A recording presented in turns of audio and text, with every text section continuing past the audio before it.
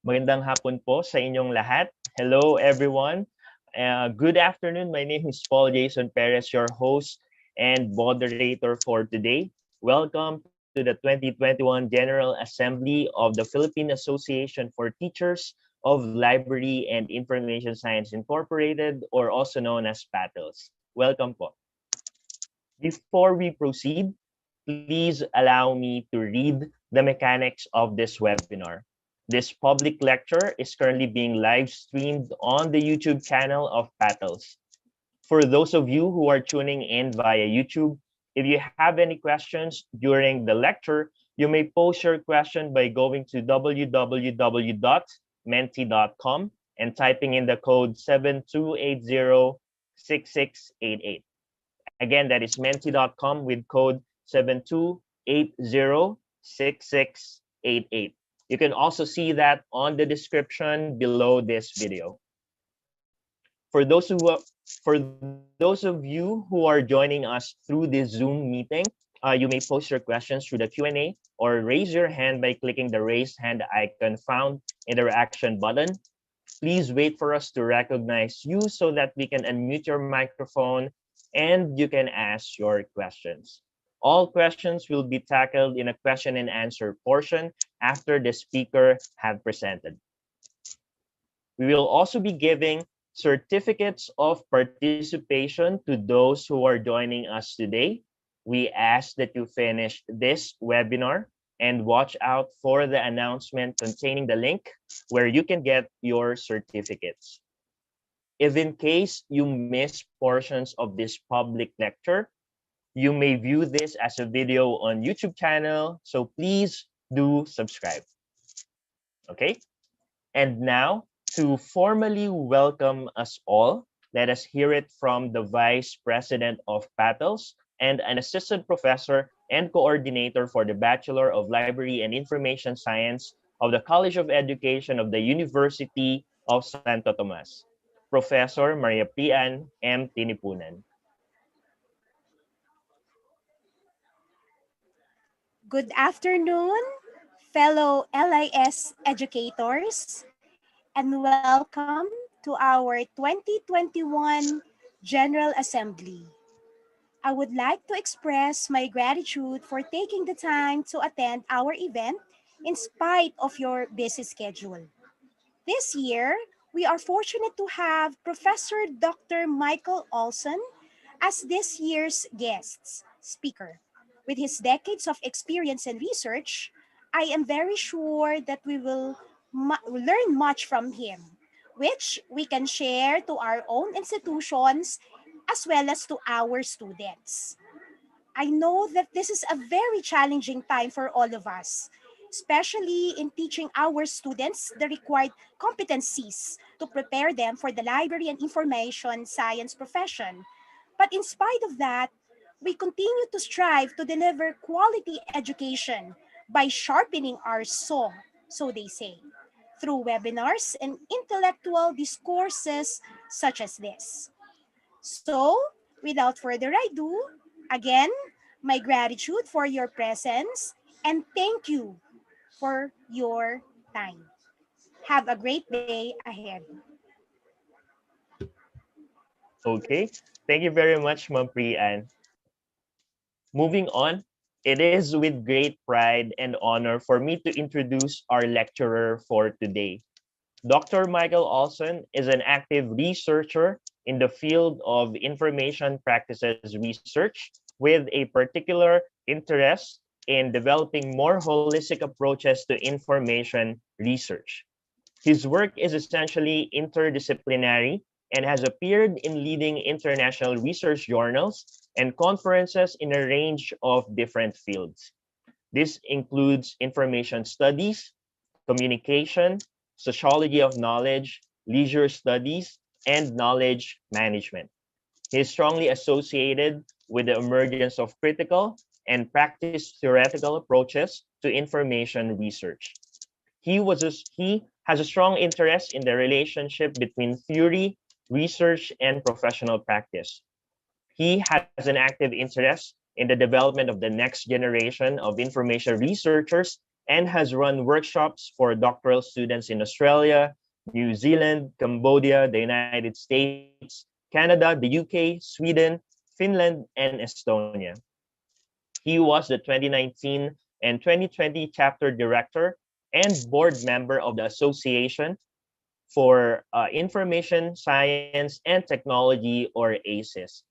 He finished his Bachelor of Arts from the University of Sydney and his Master of Arts in Information and Doctor of Philosophy from the University of Technology, Sydney. Currently, he is a visiting professor at the University of the Philippines School of Library and Information Studies. Personally, I know Michael as a former professor, whom we always bother whenever we are lost with our research. He is kind and very generous to share his knowledge and research to his students, regardless of their backgrounds. He is a man of multiple interests and talents, and if not for the pandemic, he would be here in the Philippines learning the national martial art, which is arnis. So this afternoon, we're very lucky to have a true mentor to talk about the role of theory in information research. Ladies and gentlemen, let us all welcome Dr. Michael Olsson. Hi, Michael. Thank you, Paul, for that very kind and generous introduction. You were one of the many students that have made my career worthwhile. So let me start by sharing my screen and starting my slides. So I was very honored to be invited to speak to you today, but then that led me to the next question of, well, what should I talk about?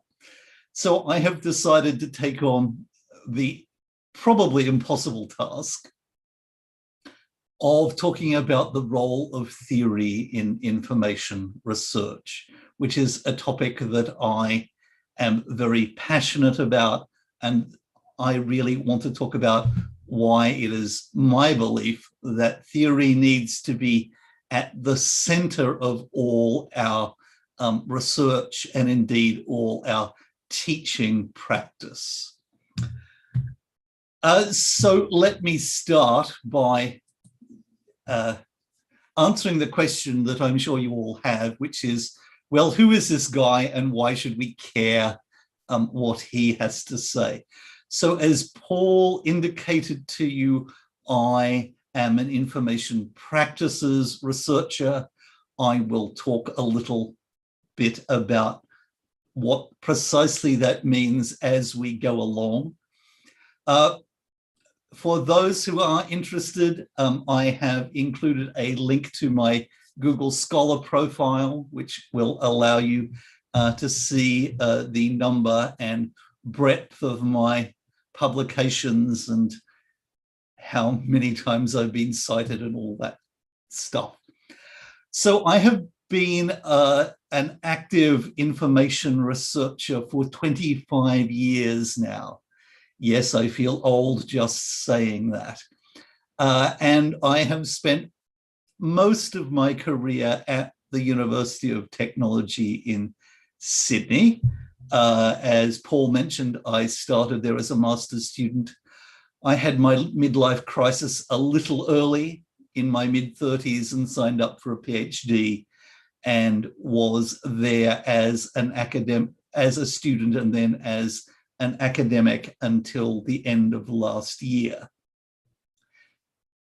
Now I am very honored to be a visiting professor at the University of the Philippines, though I am disappointed that circumstances mean that I am unable to be there to talk to you all in person, though I am very conscious that, of course, none of you are able to talk to each other in person at the moment, as I was very sad to hear that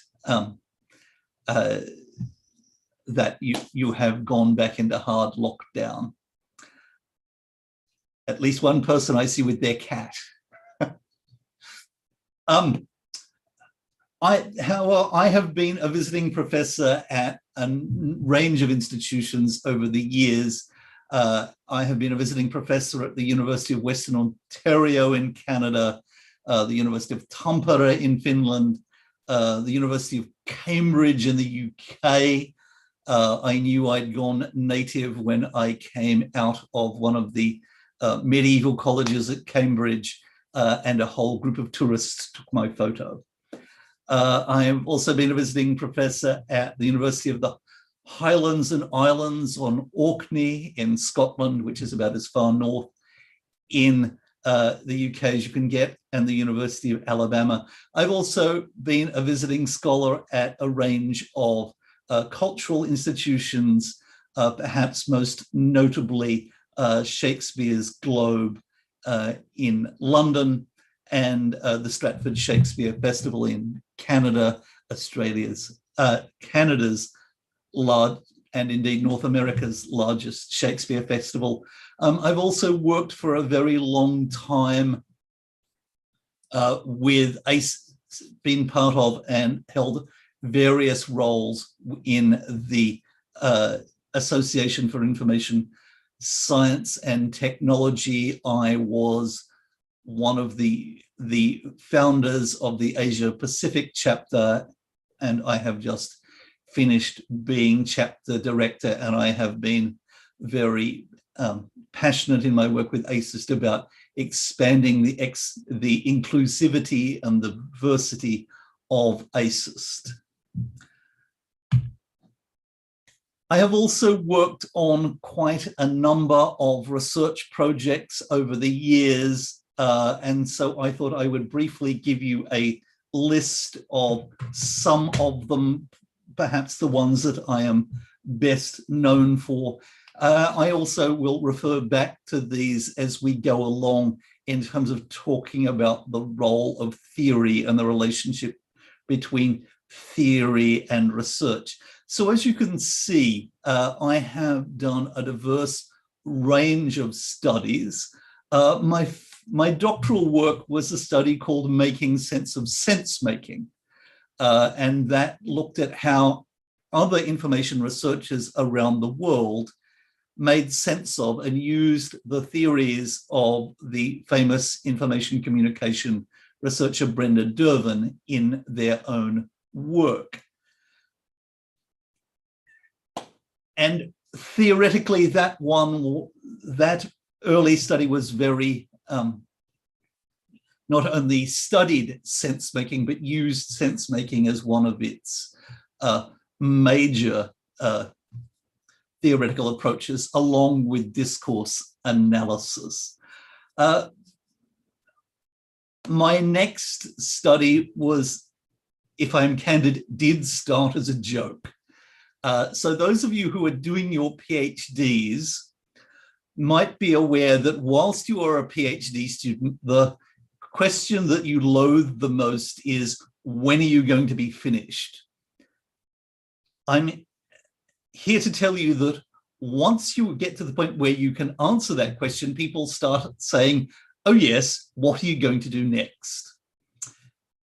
And I started by saying as a joke, well, I've done a living female researcher. Obviously, for my next study, I should do the ultimate dead white male and do Shakespeare.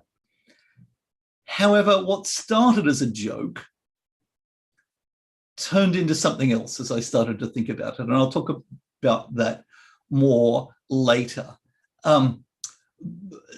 So that was a study looking at how people make sense of a text, which is, after all, one of the most traditional forms of information research, but examining it in a very different context from what has been traditional in information research. So I was studying Shakespeare not as literature, but as performance. So it was about how looking at that different kind of context for making a sense of a text changes how people make sense of it. And I worked with theatre companies in various places around the world, including the Globe and the Royal Shakespeare Company in England, theatre companies in Finland and Sweden, in Canada and the United States. And so also looking at that idea that clearly there is not one meaning. Clearly people in different cultural contexts make sense of things in different ways. As part of that, I became very interested in the fact that information is not simply something intellectual. It's not simply a cognitive practice. It is something that we have to do things with. And that led to my later studies, starting with the information practices of field archaeologists. So again, this was about looking at archaeologists in the field. So as you can see from the photo on my slide at the bottom of the slide, yes, that's what northern Scotland looks like in the middle of summer. I was working with archaeologists while they were excavating. So how do you make sense of things? How do you interpret archaeological finds, archaeological sites? How, when you dig up something that looks like this, do you work out what it is? And I've also done a number of studies in more recent years looking at leisure communities. One looking at the information practices of enthusiast car restorers. In other words, people, let's face it, mostly older men who enjoy turning piles of junk into restored old cars for fun. And I've also done another one, information practices of midlife martial artists.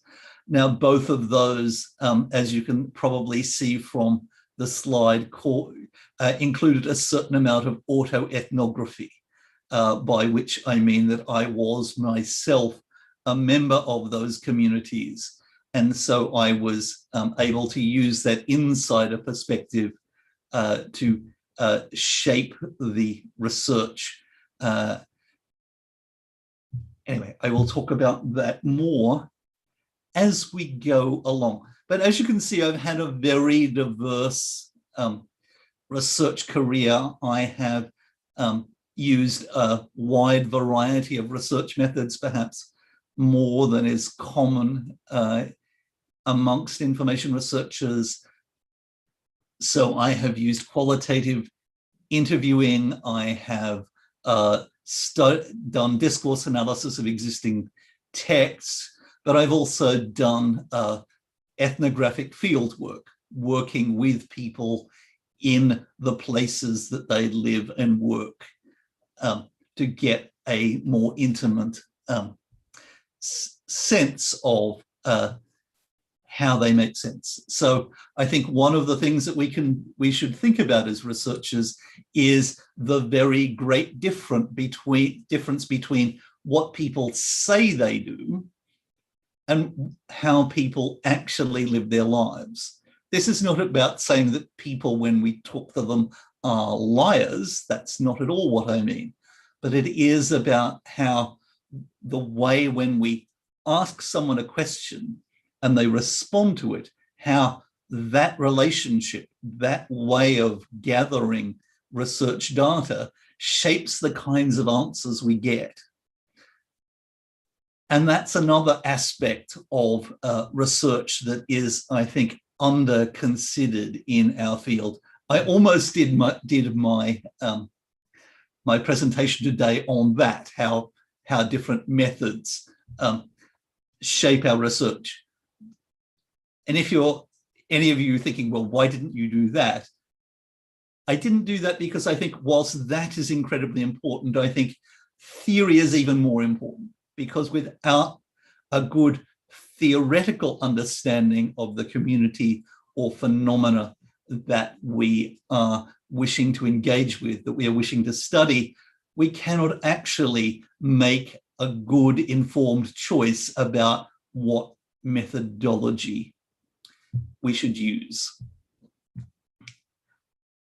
Which brings me at last to the importance of theory in research, and indeed not just in research as in academic research, but in the kind of research that we all do as educators, as information professionals every day. And I am going to say something that might on the surface sound controversial, but hopefully I can explain to you that it really isn't. So I'm going to state quite unequivocally that you cannot be a researcher unless your research is well informed by and at the same time critical of existing theory. And I will explain why now. Because I think there are a lot of misconceptions about what theory is and why theory is important, particularly in the Western world, but I think in a global society, increasingly this has a global influence. There is a tendency to view the word theory with some skepticism, some reservations. Certainly we can see this playing out, for example, in our mass media when people say things like, climate change is just a theory, or even evolution is just a theory. And I think that is to fundamentally misunderstand what theory is in the sciences, what theory is in the social sciences, and indeed what theory is in everyday life. And I think there is a tendency amongst those who are anti-theory in practice, in everyday life, in the media, to seek to frame themselves as practical, sensible people who understand the world as it is and don't need to mess it up and make it more complicated than it needs to be by engaging with the work of a whole lot of weird academic people with long names that they can't pronounce. So I want to start by, if you like, busting that myth. The world is not divided between those airy-fairy academic people who engage with theory and sensible people who don't need theory.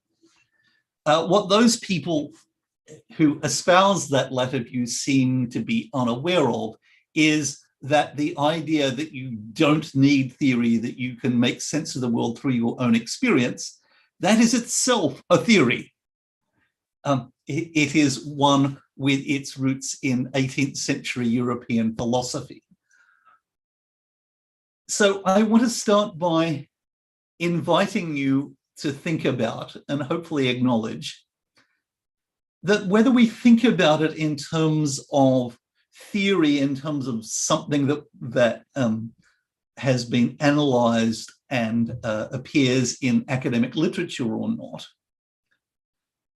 we all have a conceptual framework.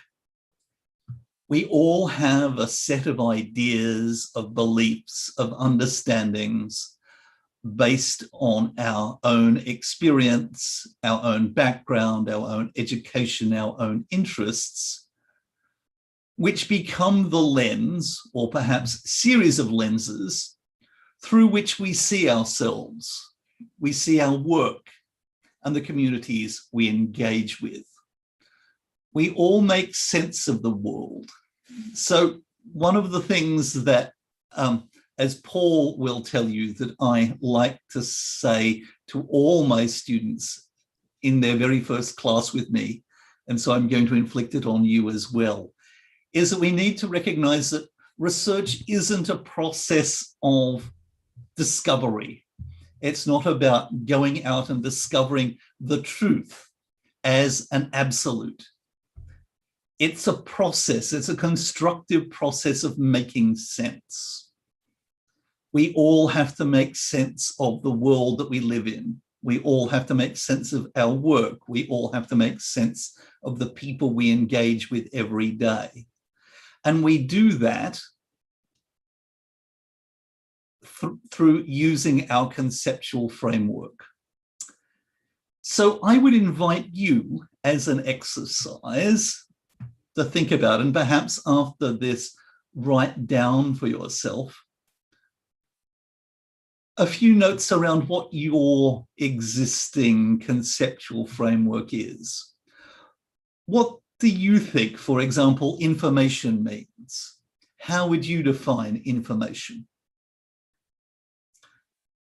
And how would you define people's relationship with information? And then think about how those sets of assumptions will shape your approach to undertaking research.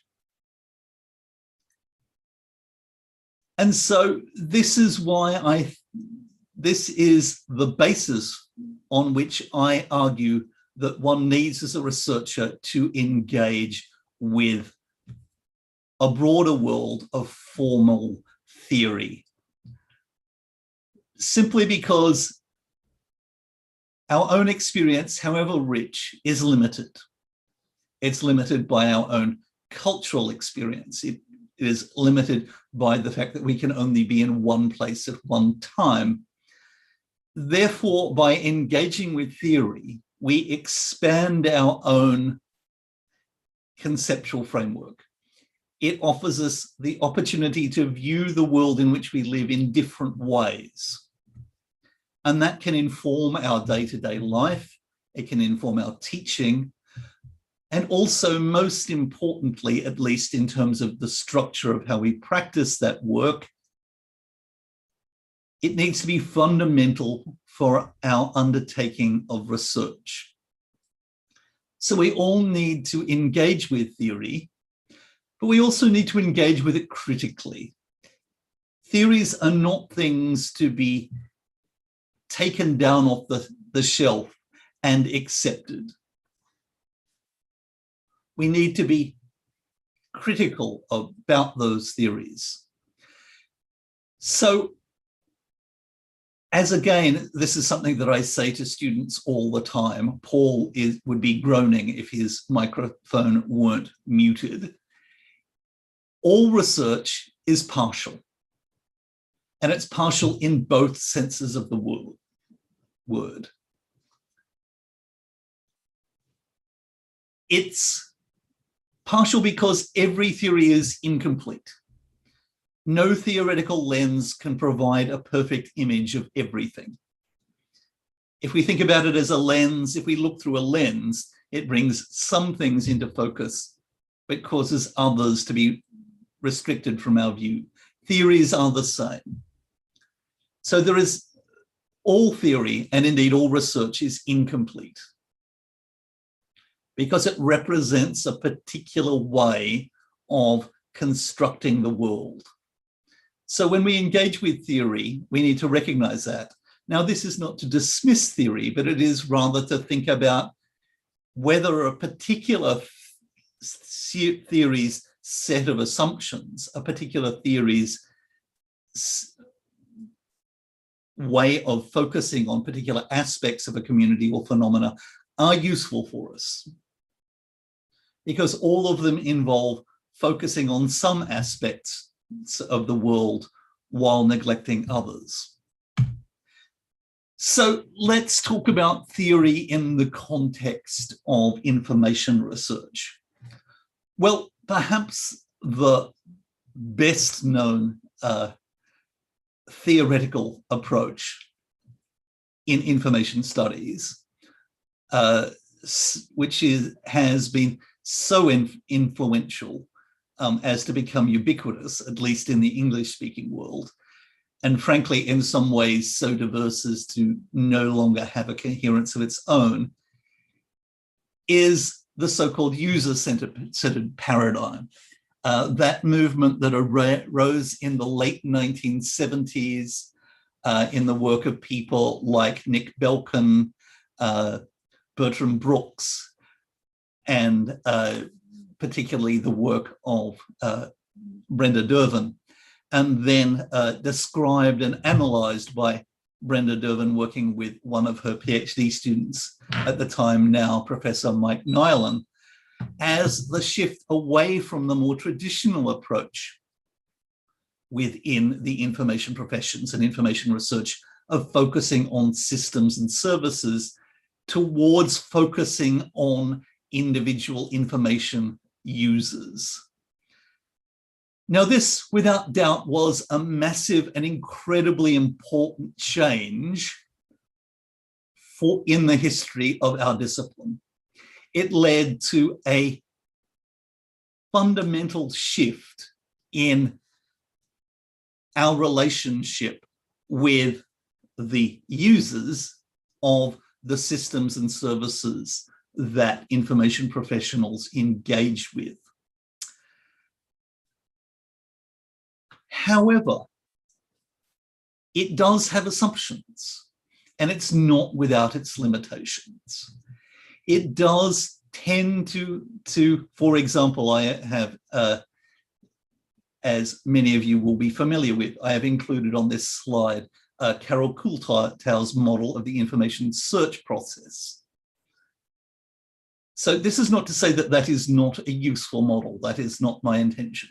But it is about recognizing that it focuses in particular ways. It focuses on individuals. It does make assumptions about them in certain ways. That this kind of user-centered research does tend to see them in terms of people with discrete information needs engaged in active information seeking in information systems, whether those systems be online systems or more traditional systems like libraries.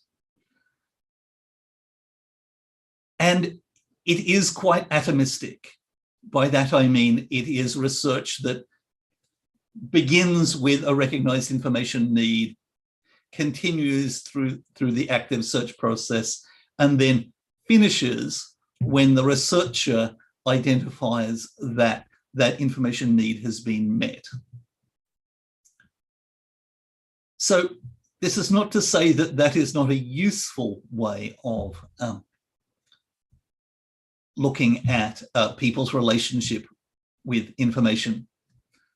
But I'm going to say that it is not the only one. And for myself and those like me amongst information researchers, it's a not unproblematic one. So what are some of the limitations of that user-centered approach? Well, I think there are a number of them.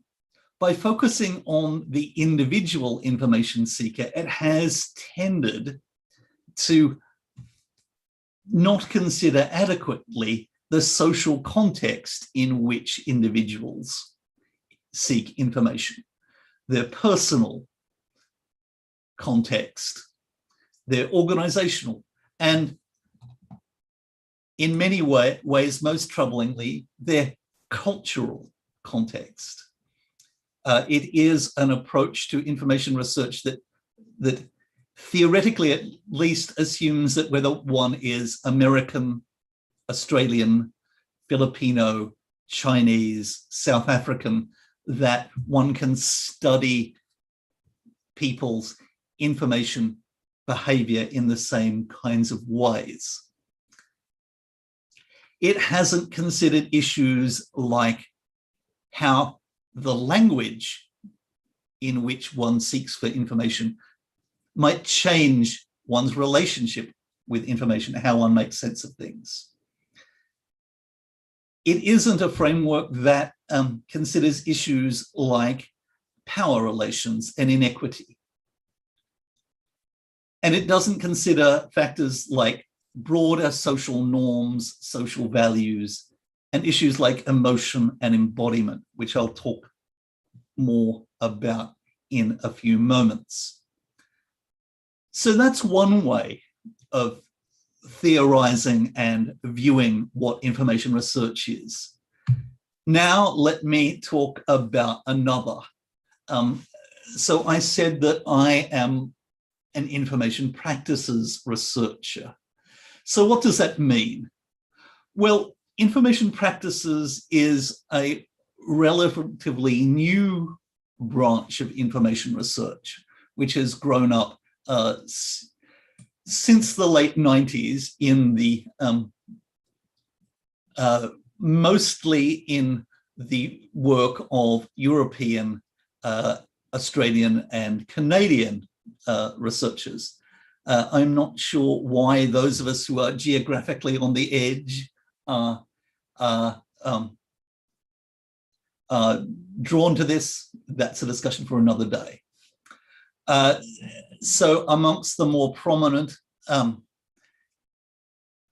leaders of the development of information practices include Reijo Savolainen from the University of Tampere in Finland, Professor Pam Mackenzie from the University of Western Ontario in Canada, the Australian researcher, now professor at the University of College London, and my co-researcher and co-author, Professor Anne-Marie Lloyd.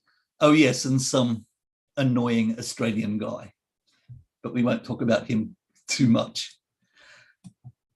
So what is information practices research? Why did we feel that it was necessary for us to develop a different theoretical approach? Well, simply, information practices research builds on, but is critical of those existing user-centered approaches.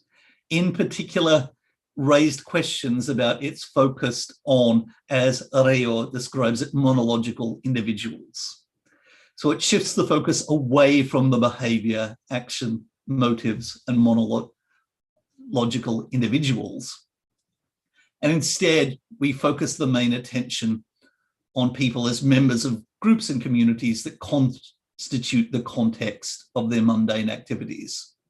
So rather than seeking to understand the individual person and why they seek information in a particular way, it's about trying to understand the social norms, the social rules, the roles of language and shared practices and understanding in a community in shaping the practices.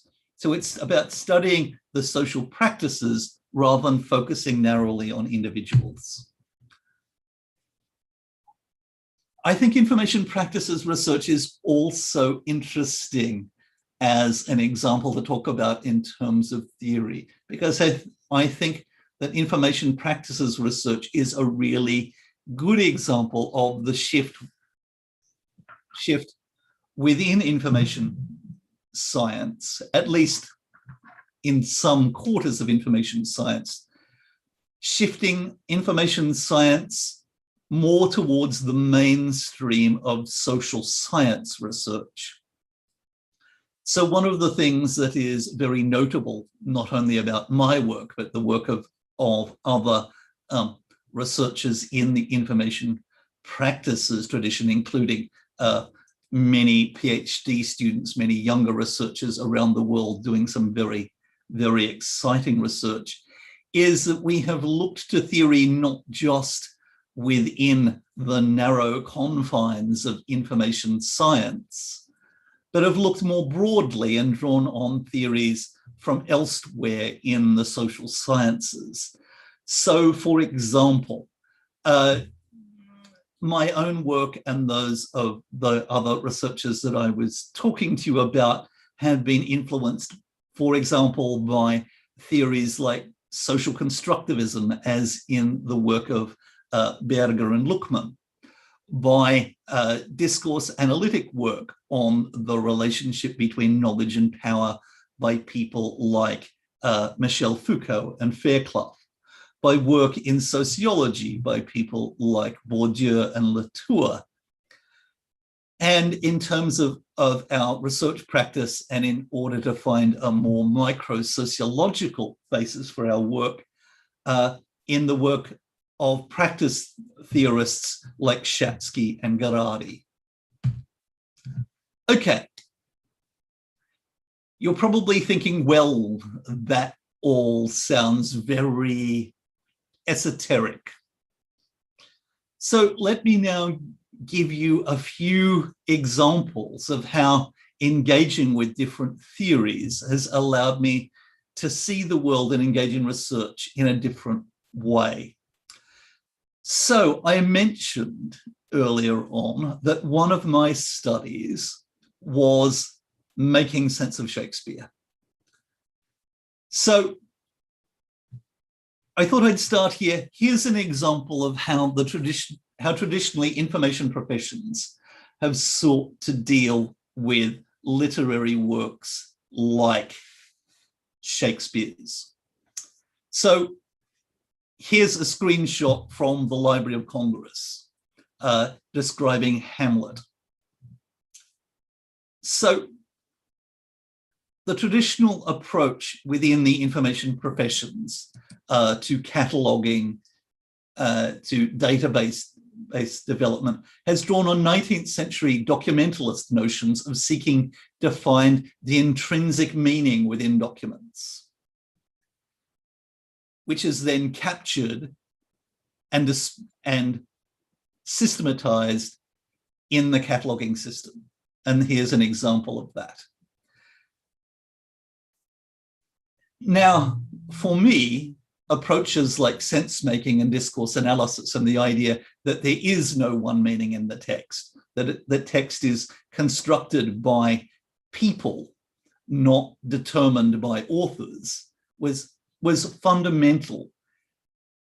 And so I was able in my research to shift from an approach to seeing Hamlet, for example, as a text with a meaning, to something more like this, to recognizing that every production of Hamlet is different. A Filipino production of Hamlet is, of course, going to be very different from a Canadian, from a British one. An art house production at a cultural festival is going to be very different from a blockbuster movie like Mel Gibson's Hamlet. They're all going to be different. And I think all of us have come to accept the idea that if I ask you, which is the best Hamlet, which is the truest Hamlet, which contains the essential meaning of Hamlet, you can acknowledge that that's an impossible question. It's an absurd question, that we can only make sense of a given production, a given performance in terms of the connections it makes to its audience. And now I'm going to reveal, so some of you might be thinking, well, yes, but that's theatre. But let me reveal to you that the same was true in my study of researchers making sense of Dervin's theories, that American cognitivist researchers made sense of sense-making in a very different way from European researchers interested in social constructivism and discourse analysis. And just as we can't say that the Filipino Hamlet is more authentic than the Globe's production of Hamlet, we can't meaningfully say that those American researchers are right and the European researchers are wrong, or vice versa. Instead, we need to think about it in terms of what is appropriate in a given circumstance. I'm conscious I am going over time, so I will move ahead relatively quickly. So what was I able to gain from engaging with practice theory? Well, for me, one of the key aspects is captured in this quote from Silvia Garradi, that knowledge is not what resides in a person's head, or in books, or in data banks. To know is to be capable of participating with the requisite knowledge competence in the complex web of relationships among people, material artifacts, and activities. In other words, to know is to do. So it is impossible, let me assure you from 30 years of experience, to learn martial arts from a book. It's also impossible, by the way, to learn it from YouTube, in case you're wondering. But in the information professions, in information research, we have tended to focus more or less exclusively on texts. So the question that practice theory has caused me to ask, and I invite you to think about, is what is excluded if we think that information is principally about what is contained in texts? Also from practices is, I would invite you to think about what is invisible. In other words, what is not in the text, what is not captured in the records. By the way, this is not just about talking about traditional crafts or marginalized communities. When I worked on the archaeological digs, I discovered that there was a whole raft of skills, like working out whether this is an artifact, this is a replica of a Stone Age stone scraper, is that how do you work out that that's a tool and not a rock? And that involves a lot of literally hands-on knowledge. And it's not written down anywhere. Just as it's not written down how you excavate something without breaking it. You learn that through mentoring. You learn that through either formal or informal apprenticeships. So my next question for you, and I think I would be eager to have you think about the multiple Filipino contexts in which this might apply, is how do we as information researchers, how do we as information educators, as information professionals, ensure that these incredibly valuable, incredibly important, hands-on, often traditional skills are not lost?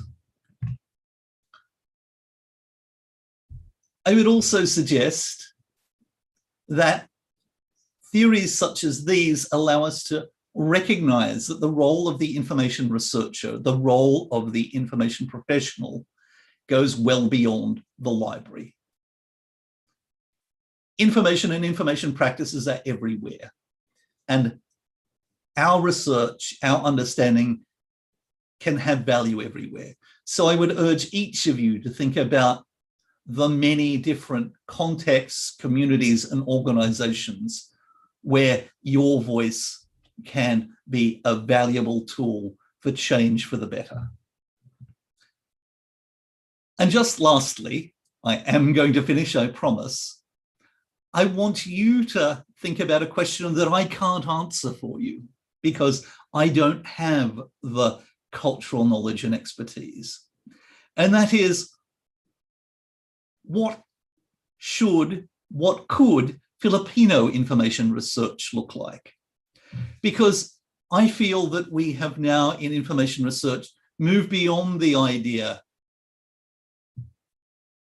of essentialist approaches like the user-centered paradigm, the idea that there is one right answer to apply to everyone, and instead recognize that local knowledge, local insight is essential, and if we are to appreciate and study local contexts. So I want you to think about this question that I can't answer. What can the rich intellectual and cultural traditions of the Philippines contribute to a new and distinct form of information research? What does Filipino information science look like? And what can it look like in the 21st century? Thank you. That's all I have to say. Though I will point out that one of the things that I am very pleased to say has come out of my work with ACES is that ACES now has a scheme by which information researchers, educators, and professionals in developing countries, including the Philippines, can now get free membership of the organization. Please follow the link. I'd now be delighted to take questions. All right. Michael, thank you very much. You brought up some very interesting questions, and actually, there are some questions that are being submitted right now. Just a reminder to all our viewers, if you have any questions for our speaker, you can go to menti.com and key in the code 72806688. That is also the same number that you can see on the description of the video. For those of you who are with us through this Zoom meeting, you may post your questions through the Q&A button or raise your hand and wait for your turn to speak. We can call you out so that you can talk to Michael and raise your questions. At this point, I believe we have some questions from our viewers, Michael, but this is actually, I believe some viewers in our YouTube channel were missed the portion where you presented some of your research. All of the research that you've talked about, they're available and they're open in the public, right?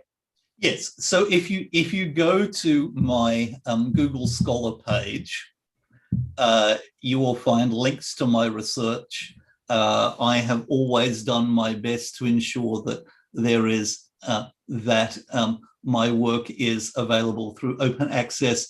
If it's not, you will find that almost all of it will be available via the UTS digital reserve, where pre-publication versions are to be found. And if there is any work of mine that you are not able to access, please let me know. Okay, and I believe you've also shared your contact details. Yes. Yes.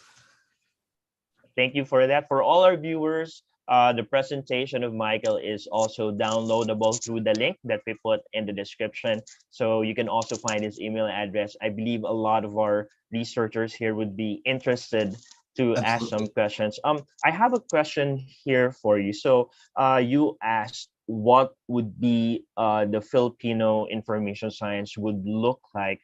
And that's actually, it kind of really opens to a lot of opportunities for us in the LAS industry to really go outside the libraries. However, I believe a lot of the teachers and of LAS would bring up is that there's kind of like an island in each of the universities. It's really difficult to enter their particular domain. Like, for example, if you want to investigate how an amateur martial artist would like to be part of the group, it's going to fall in the sports science. It's kind of like it's their turf, and it's kind of difficult for us to enter that realm and then go and do information research. How would you what would be your advice for us if we feel that way? How are we going to infiltrate their domain? Okay, well, I have presented at leisure studies, at sports science conferences. Let me assure you that what they're studying is not at all what I'm studying, because they come from a very different perspective. Sports science considers it in terms of the physiology of martial arts. So I would say that why it is part of the information domain is because traditionally the information professions have made the claim that they are about preserving and disseminating knowledge. And if we're going to do that, we need to recognize, we need to have an understanding, firstly, of what knowledge and information is. But we also need to recognize the limitations of what our current practices preserve and what they don't. Okay.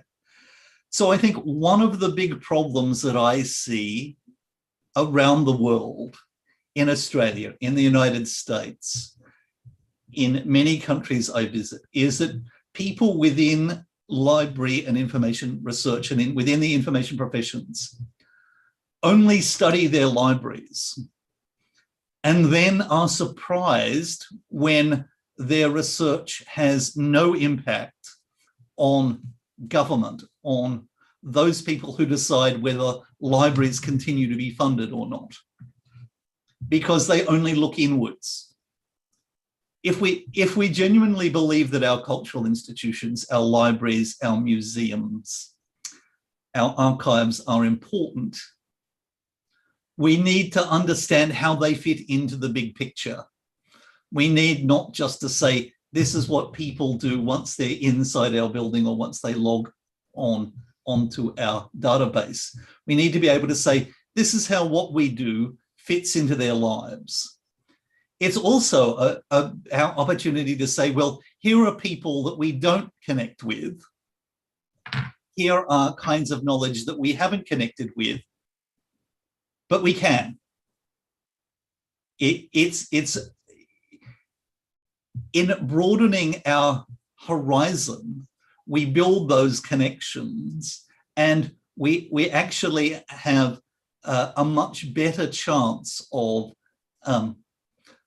maintaining those traditional institutions, but also at the same time finding strategies for reinventing them for the 21st century that actually connect with people. It's not enough for us or for any profession to just talk to each other. It's like the expression in Australia is that just talking to each other is just rearranging the deck chairs on the Titanic. It doesn't stop it sinking. Okay, that's quite a graphic example, and thank you. But yeah, I totally agree. You mentioned that most of our a lot of the studies and research coming out from the LAS field, especially here in the Philippines, are kind of, a lot of them are inward looking and examining how libraries play a role in the society, when in fact there's so many other venues that we can apply this information research.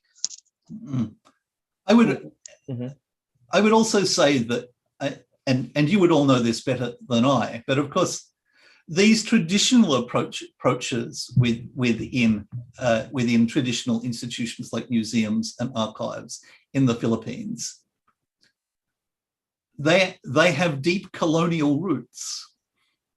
They're not just based on assumptions, but they're based on the assumptions made by people who are not you.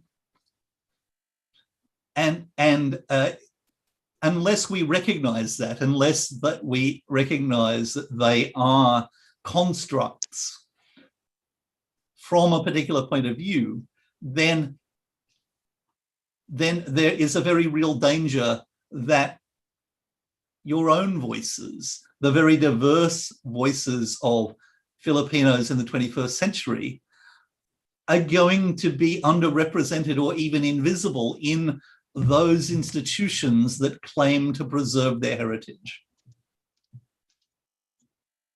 All right. Thank you for that, Michael. I'm seeing here some chats on, I think they're asking some questions.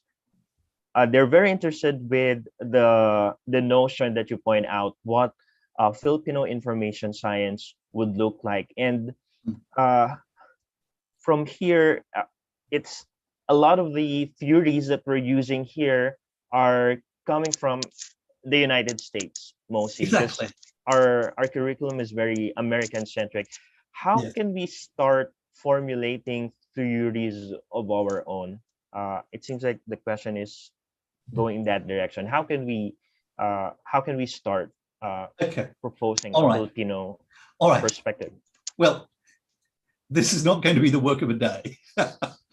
Okay, but I would suggest that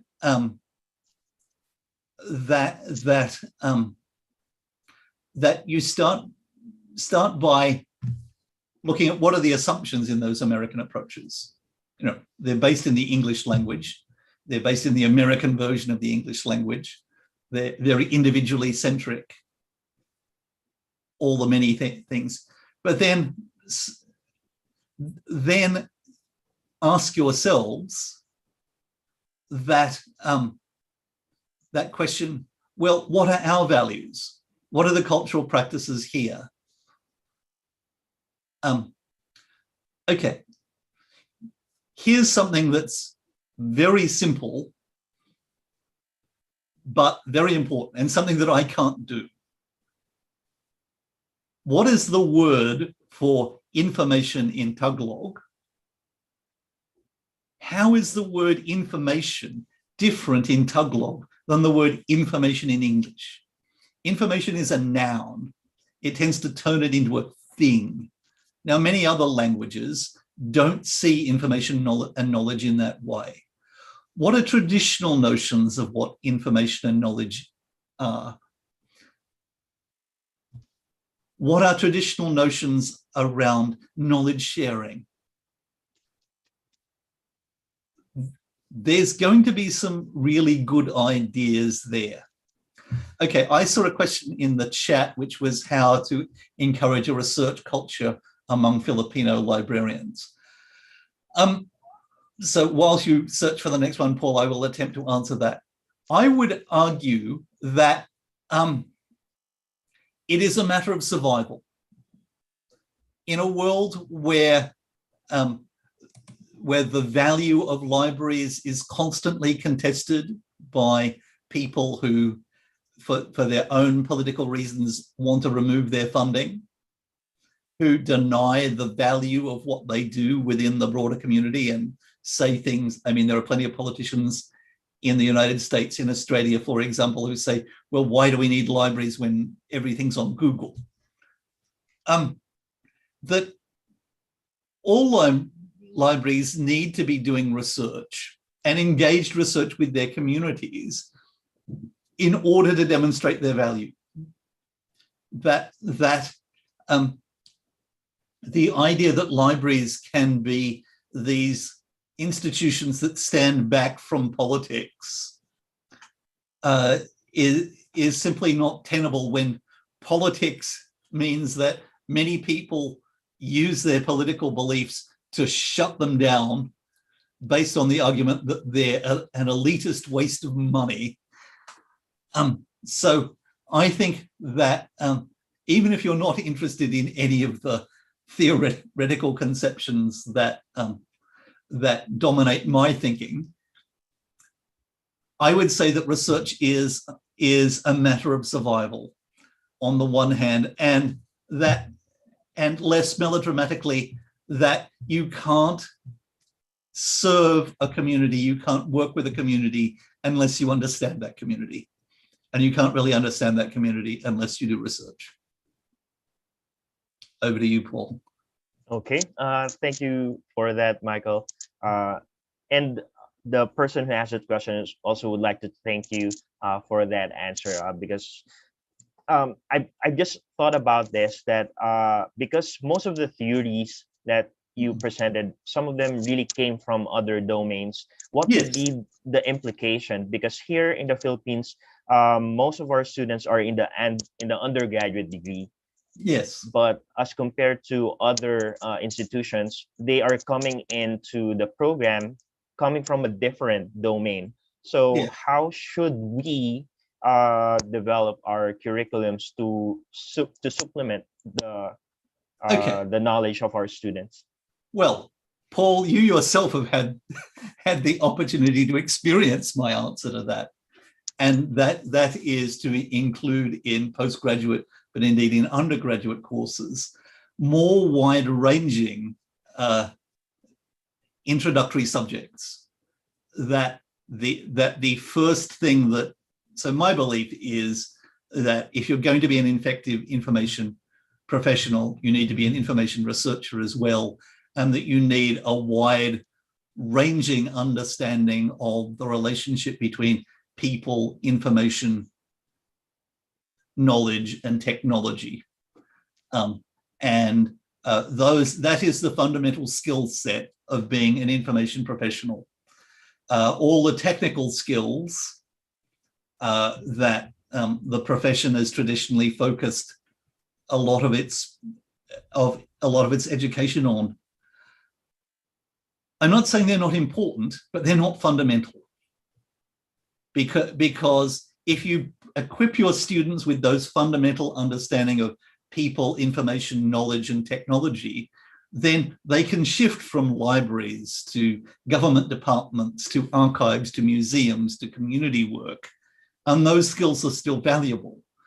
And when the technology changes, those skills are still valuable. If we only train them in the technologies, in the most applied sets of skills, then that knowledge inevitably becomes obsolete.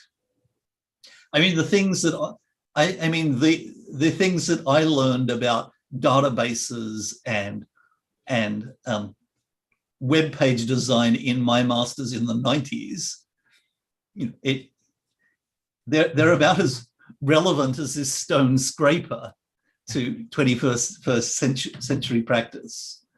So I think it involves a discussion around what the fundamentals really are.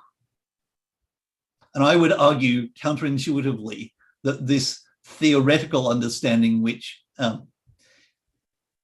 is often characterized as impractical, is actually the most practical thing that you can equip students with.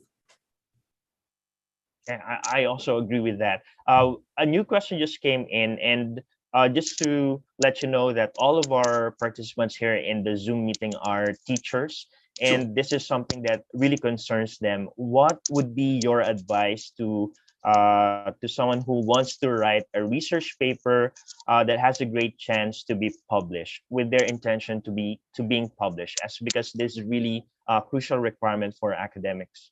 Okay, so the crucial thing is that it passed the "why should I care" test. So I am involved in reviewing for many journals in information science, as well as a few other disciplines. And the ones that are most quickly rejected are the ones that are too narrowly focused on a particular context or institution, that do not deal with broader questions that are relevant and interesting to people outside the particular context that's being studied. And this again is where theory is invaluable, because theory is a way of extrapolating relevance beyond the narrow context in which one is studying. So, for example, through using theory, I have been able to build arguments around. So, for example, I talked about in the archaeology study, I was looking at how they acquired these hands-on skills.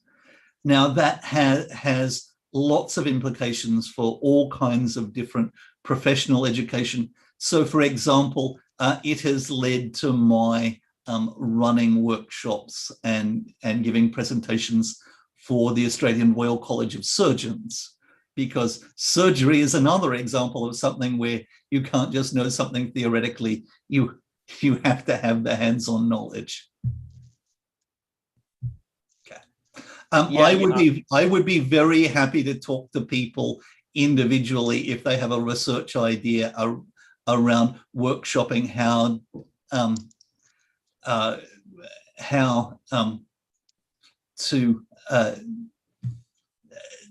to make it more publishable. Okay. Oh yeah. Research clinic for LS is something that we will be very much interested with. Absolutely. Michael, we have a couple of questions here. Sure. The first one is it safe to say that we can always contextualize theories in our situation or context in the Philippines?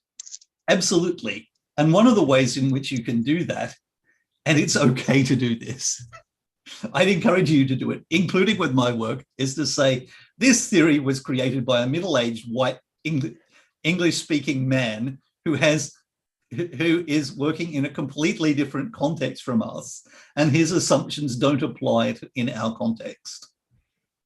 So yes, it's about how can we adopt, adapt, or reject existing theory So Foucault, who, as Paul knows, I'm something of a fanboy of, said that he felt that people should regard his work as a toolbox, not as some kind of sacred text that contained a truth, but with a set of ideas for people to pick up and use and adapt and change to their own requirements.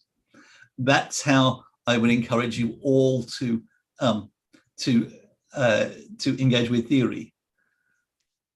I also want you to do that because I want to learn from what you come up with from that, because I am very conscious as the whitest man in the world who, as you'll have seen, while I have lots of international experience, it has overwhelmingly been in Europe, in the United States, in North America, in English-speaking contexts, in European contexts. That means that I haven't got the experience that all of you have of these very different contexts, which will allow you to come up with insights into these theories that I cannot. Okay. Thank you for that. And I think, yeah, so there are advantages to being outsiders as well as disadvantages. Yeah, and I think that's one way to make your research publishable. Exactly. Exactly. If you try to reject and contest these theories in a different context. Yes, yes. So a great way to get published in many of the journals that would, for example, to be not just to talk about why these ideas don't work in our context, but then an explanation of why. And okay. then that moves all our understanding on. Thank you. We have one more question here, but before we go there, let's circle back to the question that you raised earlier. What would be the Tagalog or the Filipino equivalent for information? Because on the top of my head, information isn't it, because it's like a translation of the word information. Yes, indeed. There are some words that I can think of, but I would like to hear from our participants what would be the Filipino word for information, and it can be Tagalog or in your other language, and how is it different from the English notion of information? Anyone from our members?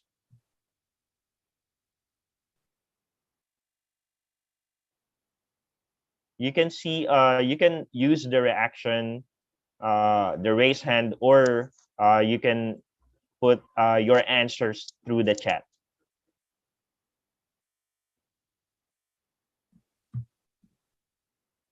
One word that I thought of would be balita, which means news in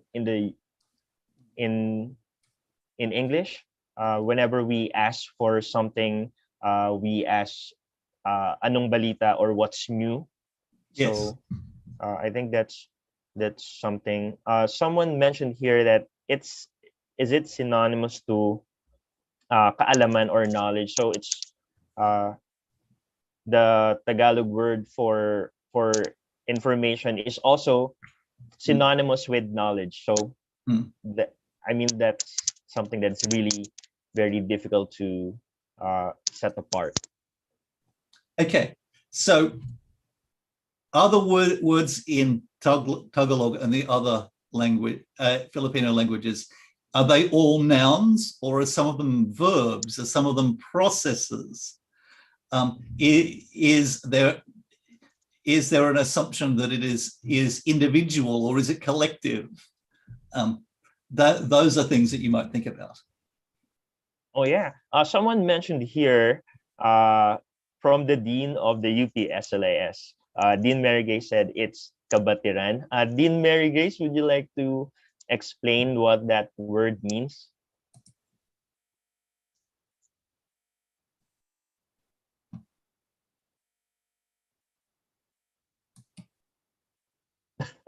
I'm sorry if I'm calling you in this. Oh, okay. Ask to unmute. There you go. Hi, Paul. Hi, Michael. Hi. Hi, yep. Kabatiran is almost similar to knowledge or to know. It's to be aware of. So, kabatiran, something like similar to knowledge. All right. Okay. Thank you, Dean MG. Hello. So Okay, think about the difference between to know and knowledge. To know is something that we do. It's active. It's not like information. So if information we can put in a book, but you can't put to know in a book. Even linguistically, it doesn't make sense.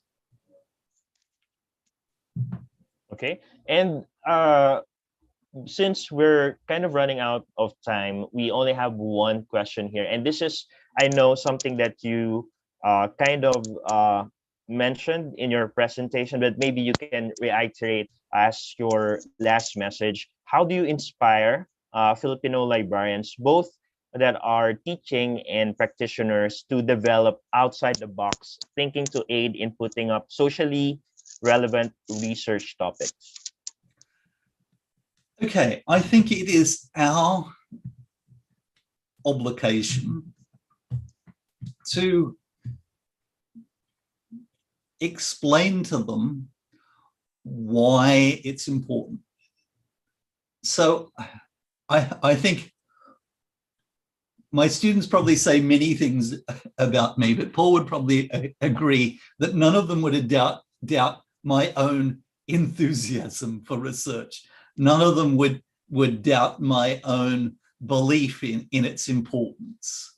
So it's about finding ways to invite them to recognize the opportunities it allows them. We're not going to succeed if we say, you must do this. It's not about forcing them to read 600 pages of Foucault every week. It's about getting them to recognize the ways in which research and theory, different kinds of research, different kinds of theories, are going to allow them to achieve things that they themselves care about, that they themselves want to do. So my experience is that overwhelmingly information professionals around the world, they're not, let's face it, we don't go into these professions because we're motivated by money.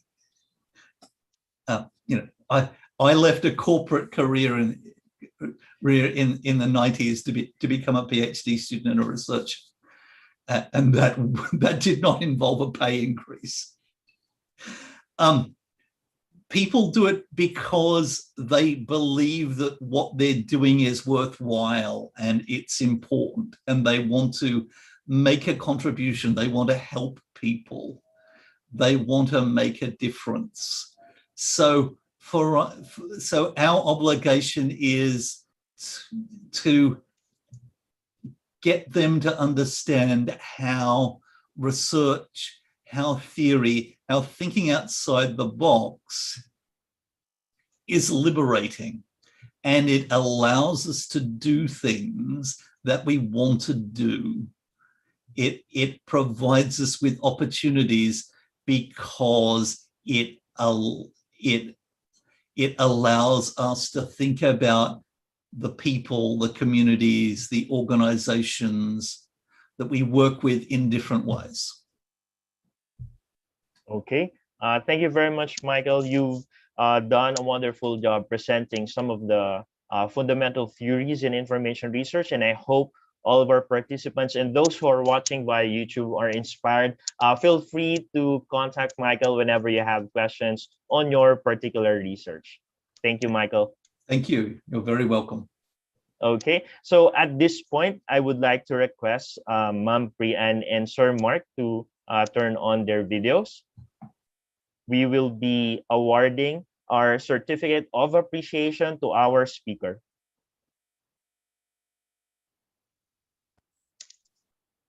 I would like to read the certificate.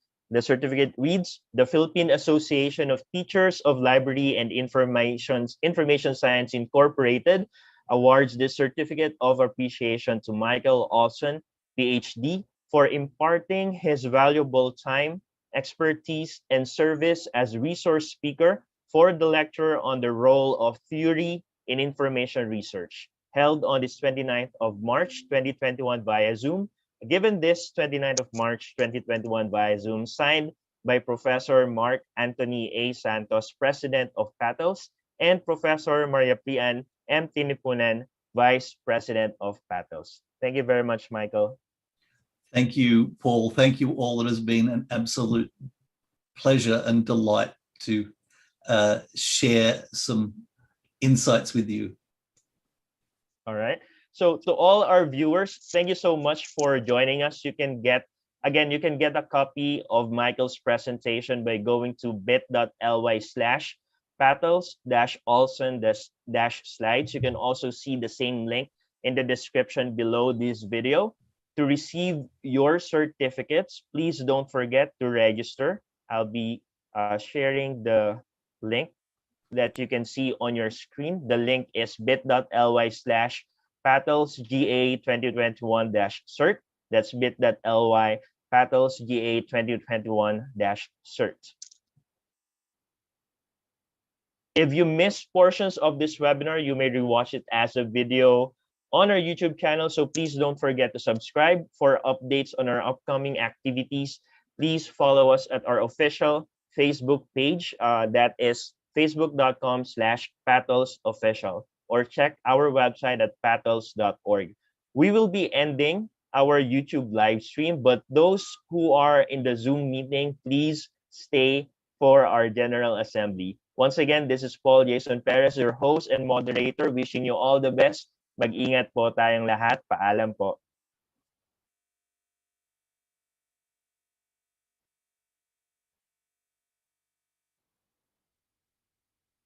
And nope, I'm going to end the live stream now.